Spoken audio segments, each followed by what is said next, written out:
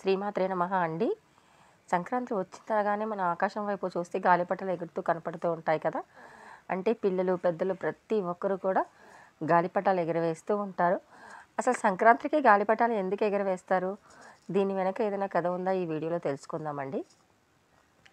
మామూలుగా అయితే ఏం చెప్తారు అంటే, ఉత్తరాయణం ప్రారంభం అవ్వగానే దేవతలందరికీ పగలు, ఉత్తరాయణం రోజులన్నీ కూడా పగలు అని అర్థం అనమాట.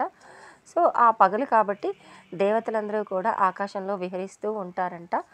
దేవతల్ని ఆకర్షించడానికి, దేవతల్ని మన ఇంటి వైపు పిలవడం కోసమని ఈ రంగురంగుల గాలిపటాలను ఆకాశంలో ఎగరవేయడం వల్ల దేవతలు ఈ రంగురంగుల గాలిపటాలను చూసి ఆకర్షితులై మన ఇంటి వైపు వస్తారు ఆ దారం చూస్తూ అనేసి ఒక నమ్మకం అన్నమాట.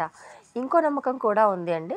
ఏ గాలిపటాలు అయితే గాలిలో ఎగురుతూ ఉంటాయో ఒక్కోసారి ఇవి సడన్గా దారం తెగిపోవటం వల్ల ఎక్కడ వెళ్ళి పడిపోతూ ఉంటాయి కదా!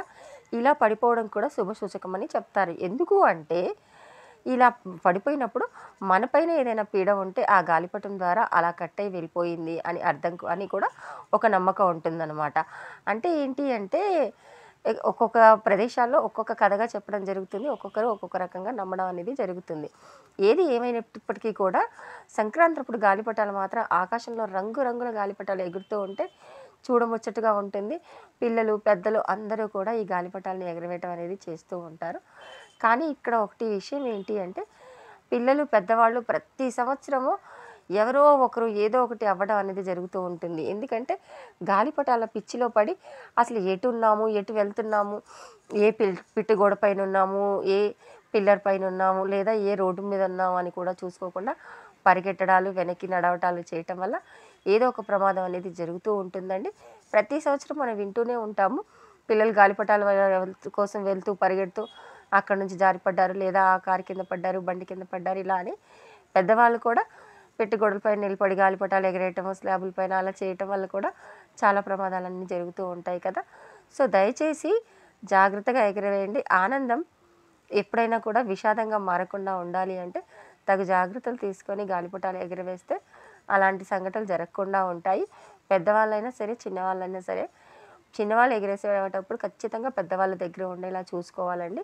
ఇంకో ముఖ్య విషయం ఏమిటి అంటే, ఈ సంక్రాంతి నెలలో గాలిపటాలు ఎగరవేసే టైంలో ఎవరైనా సరే బండ్ల మీద, స్కూటీల మీద వెళ్ళే వాళ్ళు ఖచ్చితంగా హెల్మెట్ని ధరించండి. లేదా సాధ్యమైనంత వరకు మొహానికి, నెక్కి ఏదైనా ప్యాక్ చేసుకొని, అంటే అసలు ఏదైనా అంటే ఎందుకు అంటే ఇప్పుడు వీటికి వాడే మాంజాదారాలు ఏవైతే ఉన్నాయో వాటి ద్వారా మెడలకి కోసుకొని చాలామందికి చనిపోయిన ఆ సంఘటనలు కూడా జరిగాయండి. మొహానికి కట్ అవ్వడము, బండి మీద వెళ్తుంటే స్పీడ్గా వెళ్తూ ఉంటారు. ఒక్కసారిగా ఆ దారం వచ్చి గొంతుకి తట్టుకోవటము, లేదా మెడకి చుట్టుకోవటము, లేదా మొహానికి తగలటం ఇలాంటివి చేయటం వల్ల అవ్వటం వల్ల కూడా చాలామంది ప్రాణాలు కూడా కోల్పోయారండి. కాబట్టి దయచేసి బండ్ల మీద, స్కూటీల మీద వెళ్తున్న వారు ఖచ్చితంగా హెల్మెట్ని ధరించండి సంక్రాంతి నెలలో.